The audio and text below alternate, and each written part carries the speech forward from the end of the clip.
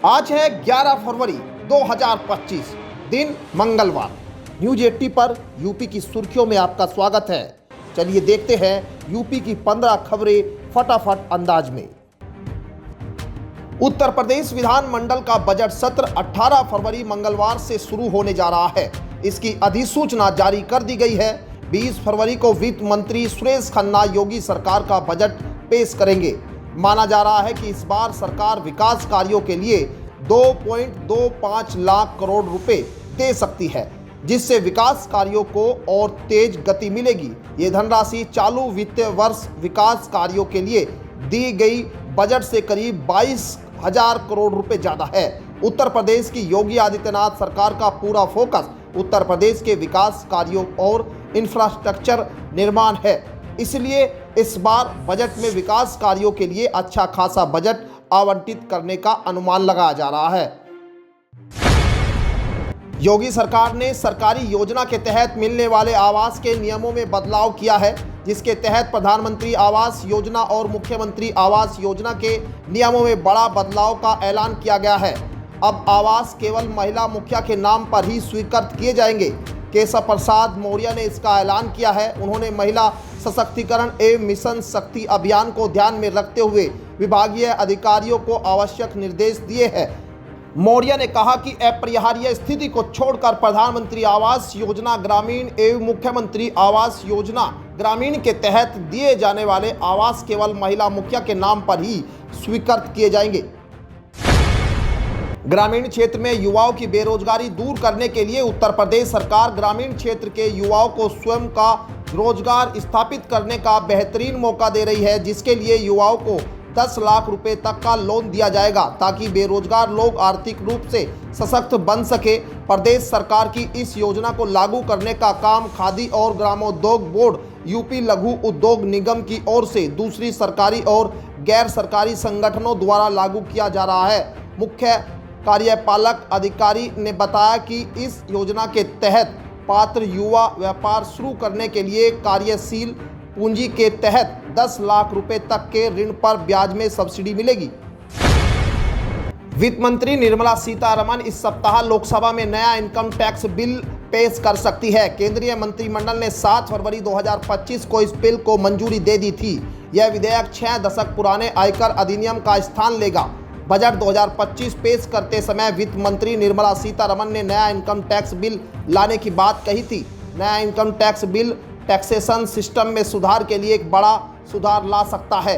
इस बिल का उद्देश्य नियमों का सरलीकरण करना और आम आदमी के हाथ में ज़्यादा पैसा बचाना होगा। इस बिल में इन बड़े सुधारों की उम्मीद है। गाजियाबाद के लोनी को मेट्रो से जोड़ने की कवायद अब एक बार फिर से तेज हो गई है। राज्य आवास एवं शहरी योजना विभाग ने शिव विहार मंडोला मेट्रो लाइन की व्यवहार्यता का ब्यौरा गाजियाबाद विकास प्राधिकरण से मांगा है। इस परियोजना की रूपरेखा 7 साल पहले तैयार की गई थी, लेकिन मूर्त रूप अभी तक नहीं ले पाई है। अब एक बार फिर योगी सरकार के इस योजना के संबंध में पूछ परख करने से लोनी तक मेट्रो आने की उम्मीद बंधी है।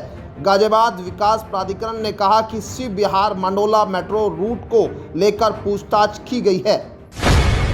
यूपी में योगी सरकार की तरफ से गरीब परिवारों की बेटियों की शादी में 20,000 रुपये की मदद देने का फरमान जारी किया गया है। योजना के लिए लाभार्थियों से आवेदन मांगे गए हैं। यूपी सरकार शादी अनुदान योजना का लाभ सामान्य वर्ग के गरीब परिवारों के अलावा अनुसूचित जाति और अनुसूचित जनजाति के गरीब परिवारों को मदद देगी। इस योजना से गरीब परिवारों की लड़कियों के हाथ पीले होने में किसी प्रकार की दिक्कत नहीं होगी। शासन के निर्देश पर जिले के सभी ब्लॉकों के ऐसे गरीब परिवारों से आवेदन मांगे गए हैं। इसके लिए जरूरतमंदों को ऑनलाइन पोर्टल पर आवेदन करना होगा। फिरोजाबाद के आलू को अंतर्राज्यीय पहचान मिली है। राजधानी लखनऊ के राजभवन में लगाई गई 7 दिवसीय साग भाजी एवं पुष्प प्रदर्शनी में जिले भर के बेहतरीन कृषि उत्पादकों ने अपनी फसलों को प्रदर्शनी में लगाया। फिरोजाबाद के आलू ने प्रदर्शनी में प्रदेश भर से पहला स्थान प्राप्त किया है। अपने कांच उत्पादों के लिए दुनिया भर में मशहूर फिरोजाबाद की पहचान अब खेती में भी बेहतर प्रदर्शन के लिए जानी जाने वाली है।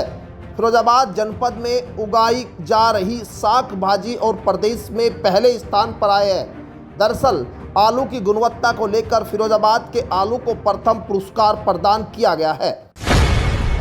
नौकरी की तलाश में बैठे कैंडिडेट के लिए एक अच्छी खबर है। इंडियन ऑयल कॉरपोरेशन लिमिटेड ने कई पदों पर भर्ती के लिए नोटिफिकेशन जारी कर दिया है, जिसके लिए उम्मीदवार आधिकारिक साइट पर जाकर एप्लीकेशन फॉर्म भर सकते हैं। इस भर्ती के तहत जूनियर ऑपरेटर, जूनियर अटेंडेंट और जूनियर बिजनेस असिस्टेंट जैसे पदों को भरा जाएगा। इच्छुक और योग्य उम्मीदवार इस भर्ती के लिए 23 मार्च 2025 तक ऑनलाइन आवेदन कर सकते हैं। इस भर्ती प्रक्रिया के तहत कुल 240 पदों पर नियुक्तियां की जाएगी। इनमें से जूनियर ऑपरेटर के लिए 215, जूनियर अटेंडेंट के लिए 23 और जूनियर बिजनेस असिस्टेंट के लिए 8 पद निर्धारित है।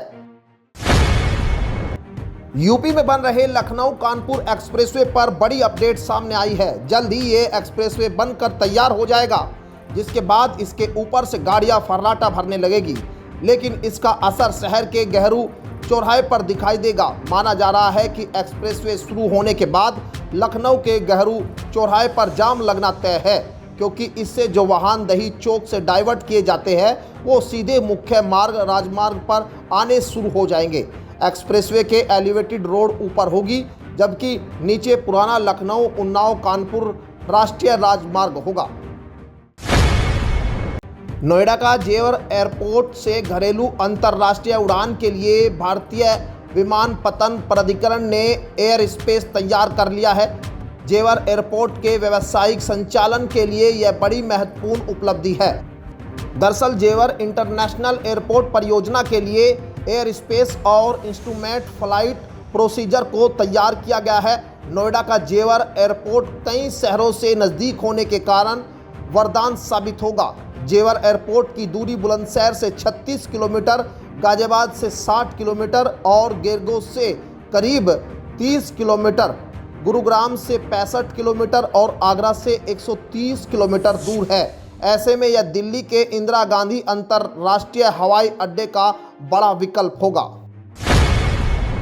यूपी के जौनपुर के तियारा रतासी सिंगरामऊ मार्ग के चौड़ीकरण और सुदृढ़ीकरण के लिए सरकार ने 5 करोड़ 62 लाख रुपए मंजूर किए हैं। यह सड़क लगभग 4 दशक से उपेक्षित थी, जिससे लोगों को आवागमन में परेशानी होती थी।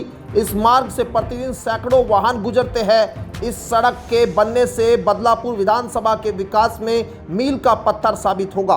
क्षेत्र की बहुप्रतीक्षित नेशनल हाईवे 731 सिंगरामऊ से निकलकर रतासी चौराहे से तीरा बाजार को जोड़ने वाले सड़क के चौड़ीकरण के लिए विधायक बदलापुर लंबे समय से प्रयासरत थे। इस कार्य पर 23 करोड़ 3 लाख रुपए खर्च होने हैं। नोएडा ग्रेटर नोएडा के लाखों निवासियों और यात्रियों के लिए एक बहुत खुशखबरी वाली खबर है।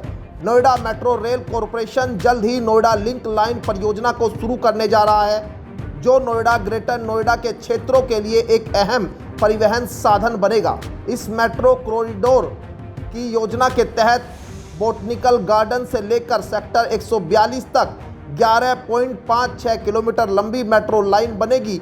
इसमें कुल 11 नए स्टेशन होंगे। इस परियोजना की कुल लागत 3000 करोड़ रुपए है और इसका मुख्य उद्देश्य नोएडा और ग्रेटर नोएडा के बीच यात्रा को अधिक सुगम और सुविधाजनक बनाना है। दिल्ली देहरादून एक्सप्रेसवे से शुरू होने के बाद चारधाम यात्रा में इस बार तीर्थ यात्रियों की संख्या में बढ़ोतरी होने की संभावना है। खासकर गंगोत्री व यमुनोत्री जाने वाले तीर्थ यात्री देहरादून होते हुए निकल सकते हैं, जिसके चलते पुलिस महानिरीक्षक चारधाम यात्रा प्रबंधन व निदेशक यातायात ने भीड़ प्रबंधन को देखते हुए पूरी योजना बनानी शुरू कर दी है। दिल्ली से आने वाले यातायात को किस तरह से भेजा जाएगा, इसको लेकर मास्टर प्लान तैयार किया जा रहा है। निदेशालय की ओर से एसपी लोकजीत सिंह को नोडल अधिकारी यात्रा का नोडल अधिकारी नामित किया गया है। बता दें, दिल्ली देहरादून एक्सप्रेसवे का काम लगभग पूरा हो चुका है। कुल 189 किलोमीटर के एक्सप्रेसवे का शुभारंभ 4 चरणों में किया जाना है। उत्तर प्रदेश के कानपुर महानगर में आपको कुछ दिनों बाद दिल्ली जैसा नजारा देखने को मिलेगा। यहाँ एक पुल में मेट्रो दौड़ती हुई नजर आएगी तो बगल में दूसरे पुल पर रेलवे ट्रेन नजर आएगी। कानपुर महानगर में रेलवे का पहला एलिवेटेड ट्रैक बनने जा रहा है, जिससे कानपुर की एक बड़ी समस्या भी हल होगी और कानपुर के विकास के इंफ्रास्ट्रक्चर को भी पंख लगेंगे। रेलवे ने अनवरगंज में मंदना तक एलिवेटेड रेलवे ट्रैक बनाने को मंजूरी दे दी है। इस प्रोजेक्ट पर करीब 995 करोड़ रुपए खर्च हो गए और मार्च में इसका शिलान्यास होने की संभावना है। इस ट्रैक के बनने से कानपुर की 15 से ज़्यादा रेलवे क्रॉसिंग खत्म हो जाएगी और शहर के लोगों को जाम की समस्या से काफ़ी राहत मिलेगी। दिल्ली एनसीआर समेत पूरे उत्तर भारत में अब ठंड की विदाई हो रही है। राजधानी के साथ आसपास के राज्यों में भी अब मौसम के तेवर बदले हुए दिखने लगे हैं। कई राज्यों में अब ठंड कम होने लगी है। फरवरी का महीना आने के बाद से अब तापमान में भी बढ़ोतरी देखी जा रही है। मौसम में फिलहाल किसी विशेष बदलाव के संकेत नहीं है, लेकिन आने वाले दिनों में तापमान में धीरे धीरे बढ़ोतरी होगी। 11 फरवरी को मौसम साफ रहेगा, लेकिन इस दौरान पूर्वी और पश्चिमी दोनों ही हिस्सों में मध्यम कोहरा छाने की संभावना जताई गई है। 12 से 15 फरवरी तक भी मौसम शुष्क रहेगा और कोहरा छाने की संभावना है। फिलहाल मौसम विभाग ने कोई विशेष अलर्ट जारी नहीं किया है। तो ये थी आज की 15 फटाफट खबरें। अगर आपको वीडियो पसंद आया तो वीडियो को लाइक, शेयर व कमेंट जरूर करें। धन्यवाद।